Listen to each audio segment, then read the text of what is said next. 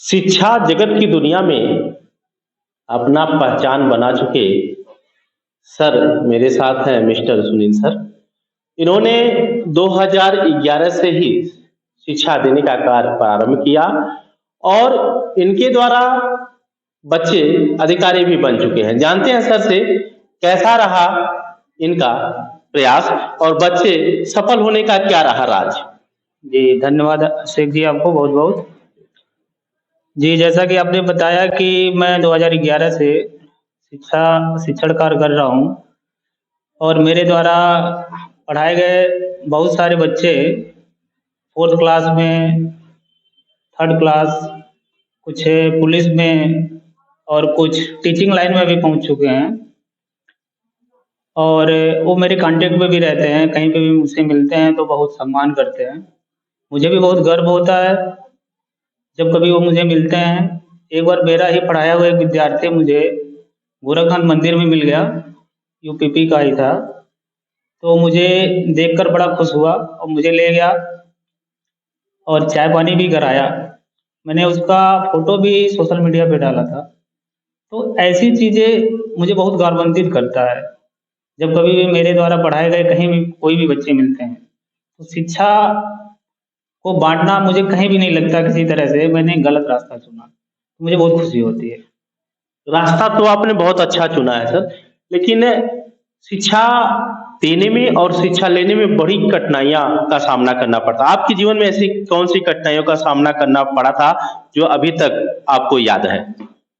जैसा कि मैं आपको बता देना चाहता हूँ कि शिक्षा मुझे लेने में सबसे ज़्यादा योगदान मेरी माता जी का रहा और मेरे एक दादाजी थे उनका रहा।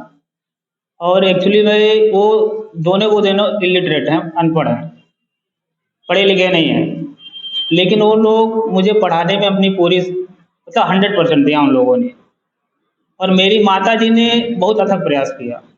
मैं उनके इस प्रयास को कभी नहीं भुला सकता और जहाँ तक मैं जान पा रहा हूँ मैंने अपनी पूरी कोशिश किया अपनी सफलता को पाने के लिए, लेकिन किसी कारणवश कुछ सिस्टम की वजह से या कुछ और वजह से मैं अभी तक इन गवर्नमेंट नहीं हो पाया। मैं 2011 में बीएड किया। लेकिन आपके द्वारा कितने बच्चों को इन गवर्नमेंट तो कर दिया गया? जी जी, मेरे द्वारा तो नियर अबाउट कम से कम 3 4 5 बच्चे तो वैसे मुझे जुबान नाम याद है।